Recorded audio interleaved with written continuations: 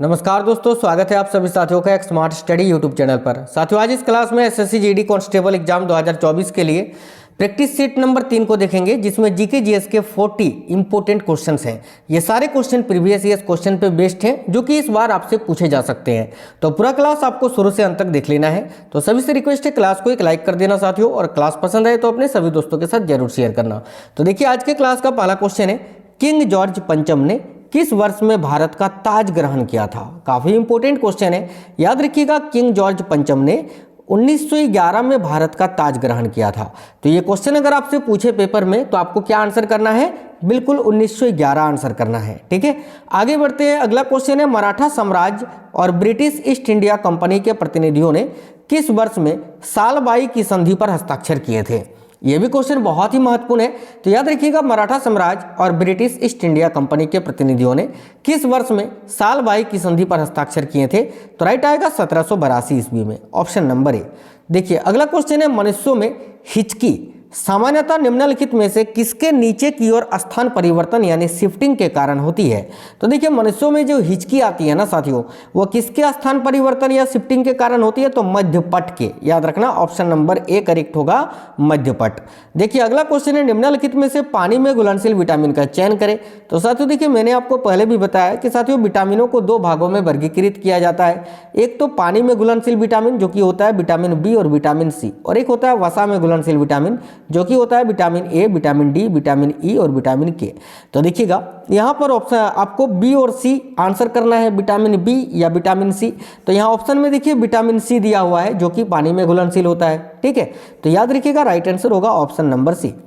जीवित प्राणियों में निषेचन के दौरान एक कोशिका के निर्माण के लिए नर और मादा युग्मकों का संलयन होता है, जिसे क्या कहा जाता है? तो याद रखिएगा, इसको युग्मनज कहा जाता है। जीवित प्राणियों में निषेचन के दौरान एक कोशिका के निर्माण के लिए नर और मादा युग्मकों का संलयन जो होता है, उसको युग्मनज कहा जाता है, याद रखना।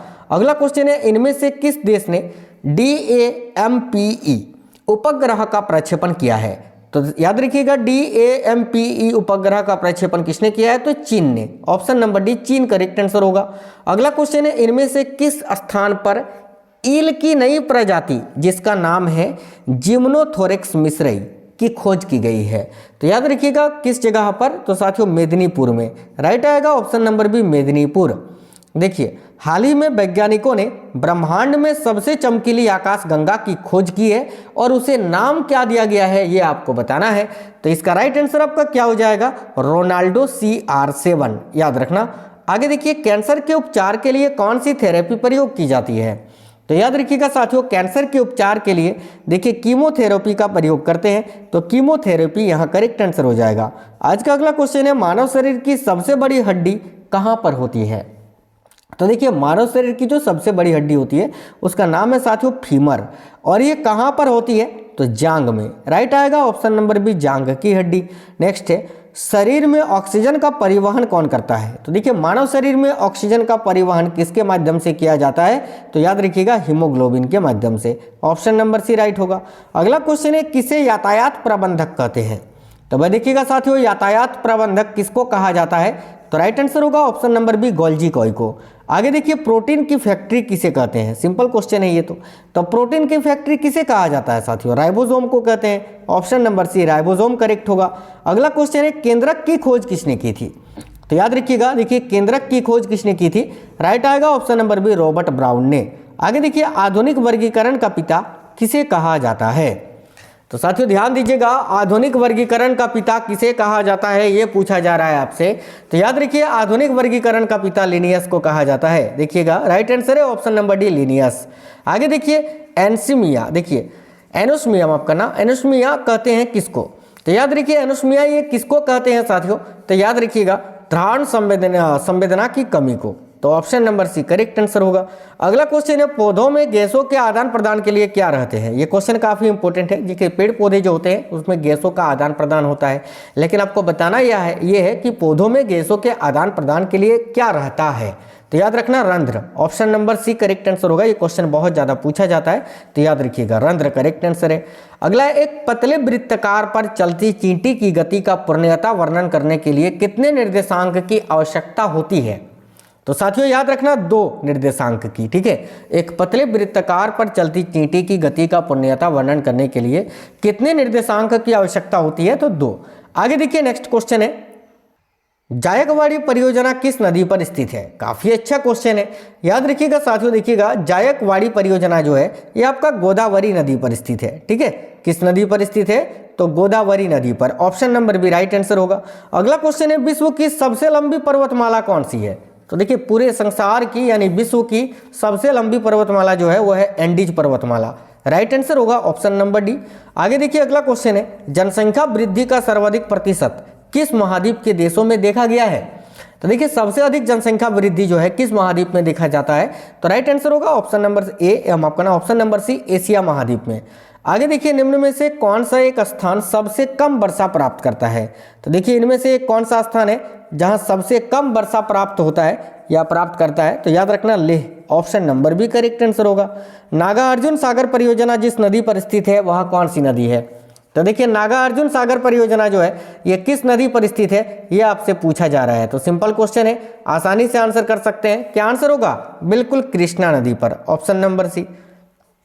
अगला क्वेश्चन है, दुलहस्ती पावर स्टेशन निम्नलिखित में से किस एक नदी पर आधारित है। तो देखिए दुलहस्ती पावर स्टेशन जो है ये साथियों चिनाब नदी पर स्थित है, ठीक है। याद रखिए चिनाब नदी पर।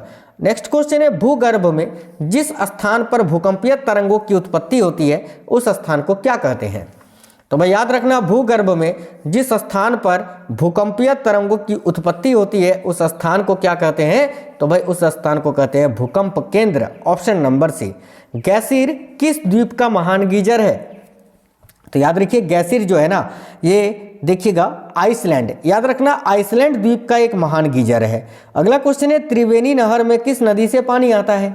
तो देखिएगा त्रिवेणी नहर में गंडक नदी से पानी आता है साथियों। ऑप्शन नंबर भी राइट होगा, गंडक नदी। अगला, निम्नलिखित में से कौन सी चट्टान सबसे अधिक शक्ति का स्रोत होती है। तो याद रखना अवसादी चट्टान, ऑप्शन नंबर सी, जो कि सबसे अधिक शक्ति का स्रोत होता है। अगला क्वेश्चन है, वनों की सुरक्षा के लिए स्वतंत्रता प्राप्ति के पश्चात सर्वप्रथम किस वर्ष सरकार द्वारा वन नीति की घोषणा की गई थी। तो राइट आंसर होगा 1952 में। याद रखिएगा ऑप्शन नंबर ए करेक्ट है 1952। आगे देखिए, निम्नलिखित में से कौन सा राष्ट्रीय उद्यान प्रोजेक्ट टाइगर के अंतर्गत नहीं आता है, यानी इनमें से कौन सा एक टाइगर रिजर्व नहीं है। तो साथियों जिम कॉर्बेट, कान्हा, किसली, रणथंभौर ये सभी टाइगर के लिए जाना जाता है, बांधवगढ़ नहीं। ऑप्शन नंबर भी करेक्ट होगा, बांधवगढ़। कर्नाटक में स्थित बहुउद्देशीय नदी घाटी परियोजना कौन सी है। तो इनमें से कौन सी बहुउद्देशीय नदी घाटी परियोजना है जो कि कर्नाटक में स्थित है। देखिए तुंगभद्रा नदी घाटी परियोजना, ऑप्शन नंबर बी। महाराजा रंजीत सिंह के उत्तराधिकारी कौन थे। तो सिंपल क्वेश्चन है, याद रखिएगा साथियों, माफी चाहते हैं, महाराजा रंजीत सिंह के उत्तराधिकारी थे Kharak Singh, option number C. Next है, सिंधु सभ्यता की मुद्रा में किस देवता के समतुल्य चित्रांकन मिलता है। तो देखिए सिंधु सभ्यता की मुद्रा में किस देवता के समतुल्य चित्रांकन मिलता है। राइट होगा ऑप्शन नंबर सी, आध, माफ करना ऑप्शन नंबर बी होगा ना, आध शिव के। याद रखना आध शिव के। आगे देखिए, महाराष्ट्र में भक्ति संप्रदाय निम्नलिखित में से किसकी शिक्षाओं के द्वारा फैला था। तो देखिए महाराष्ट्र में भक्ति संप्रदाय जो है संत ज्ञानेश्वर की शिक्षा से फैला था। Option number A. सातवाहनों ने पहले स्थानीय अधिकारियों के रूप में काम किया था, किसके अधीन। तो देखिए जो सातवाहन शासक थे ना वो साथियों किसके अधीन सबसे पहले उन्होंने कार्य किया था, तो मौर्यों के अधीन। Option number A right answer होगा। किस संगम योगी ने राज्य के संरक्षण में 3 संगमों का आयोजन किया गया था। तो देखिए किस संगम योगी राज्य के संरक्षण में 3 संगमों का आयोजन किया गया था।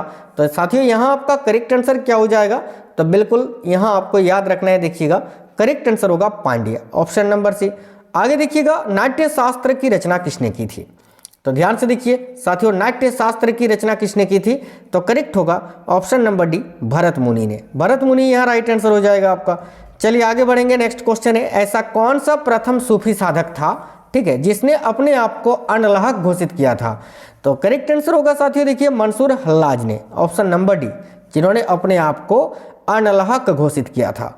आगे देखिए अगला क्वेश्चन है, मुगल बादशाह अकबर से वैवाहिक संबंध स्थापित करने वाला राजपूत राजवंश कौन सा था। तो ये सिंपल क्वेश्चन है, कछवाहों के साथ अकबर ने अपना वैवाहिक संबंध जो है स्थापित किया था, तो कछवाहा करेक्ट होगा, ऑप्शन नंबर बी। अगला क्वेश्चन है, फ्रैंकफर्ट की संधि कब हुई थी।